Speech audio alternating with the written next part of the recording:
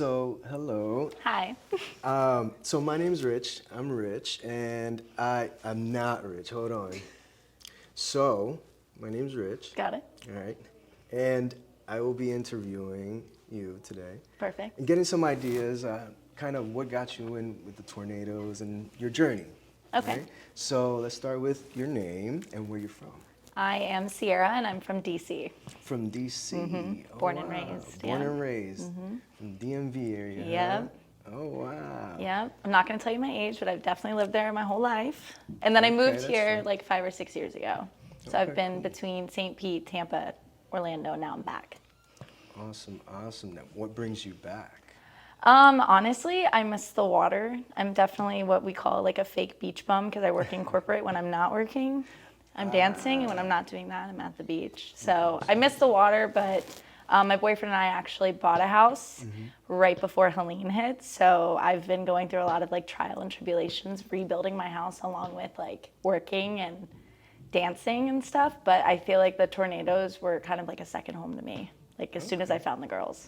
Well, that was my next question. Like, Yeah. what brought you to the tornadoes? How did you get involved with the tornadoes? Transparently, TikTok is like how I found it. My coach posted a video. I was moving in the middle of rebuilding my house, and I actually, before this, I was a part of a hype group in Orlando, and I was moving here, and I was like, I don't know what to do. Football season doesn't start, or it's like middle of, because it was October when I moved. And I was like, I don't know what to do. I want to dance. And then TikTok just kind of led me, and I was like, you know, let me just go and audition. And I made it. I literally cried the whole way home. I had no idea I was going to make it. And it's been the best thing, truly. I wonder why TikTok seems to be the place we find the best things these days. And the most entertaining. Isn't that Yeah. something, huh? Cool. So, tell me a little bit about like your journey in cheerleading. What got you into cheerleading? So How did you get I don't make fun of me. I'm going to correct you. I'm a dancer through and through. I wish I could cheer. I'm not a stunter at all. So I grew up dancing, honestly, as a rec kid. I started when I was like 2 years old.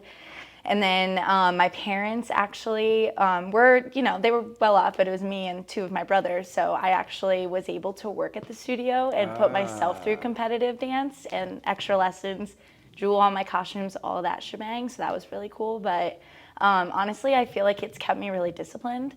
Growing up, I actually grew up in a military household too. So I feel like I'm used to that discipline, and I feel like dance has been my outlet. Military background. I can relate to that. I have Okay. a military background. Okay, too, your parents. Well, I was in the Air Force. Oh, well, thank you for your service. My dad was a Marine, Semper Fi. There you go. Well, thank you for your service because a lot of people overlook the family and the support that's Yeah. part of military service. Yeah. You know what I mean? So thank you. Thank you. For the support.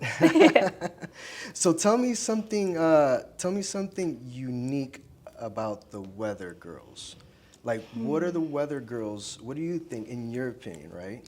What do you think the Weather Girls is bringing to the area for the tornadoes? I think it's a new and upcoming team, Okay. but I also don't want that to take away from our hustle and grit. I feel like these are a group of women who not only are taking the time to dance and hours of their time on top of doing their 9 to 5. Some people I'm surrounded with literally just got their white coat for like going into doctor school or whatever, doctoring this past weekend. And I think it's just crazy. Like, I work in sales, 9 to 5 corporate. And then the fact that we all can just like kind of take a step away from that and like come together and like just hustle and like it's like such a great camaraderie in such a newer group. I feel like it's super special. And I feel like the second Tampa gets their hands on that, it's over.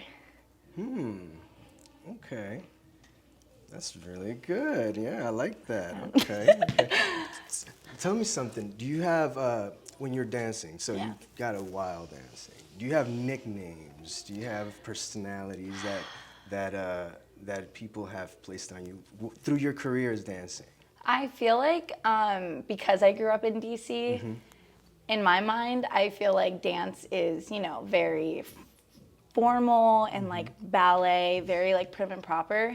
The studio I grew up in is like extremely hip hop. So I picked up this name growing up, Cece, but my name is Sierra. So all of them, everyone, all my friends, I'm like the known hip hopper, so that's The kind of known what hip I hopper do. Cece. Okay, cool. That's actually a really cool point. So there's different styles and that people are bringing to the team. Yes, and right? I'm still learning them all. Like Okay. to the point where I feel like dance is like the dictionary. You just don't know what you're gonna get, and Right. it's just ongoing and it changes all the time. Do you think that the different styles, right, and personalities bring a great dynamic? Like, does it make it more powerful, stronger for the team, like the representation of the team? I think so. I think this group specifically, the Weather Right. Girls, Yes. you've got people who are prim and proper, ballet, classically trained, and then you have people who are into the commercial side, and then that have that dynamic exposure, like you said. And I feel like that's what makes us, and like especially individuals, us way stronger together. Awesome. 6 minutes, you sure? Sick.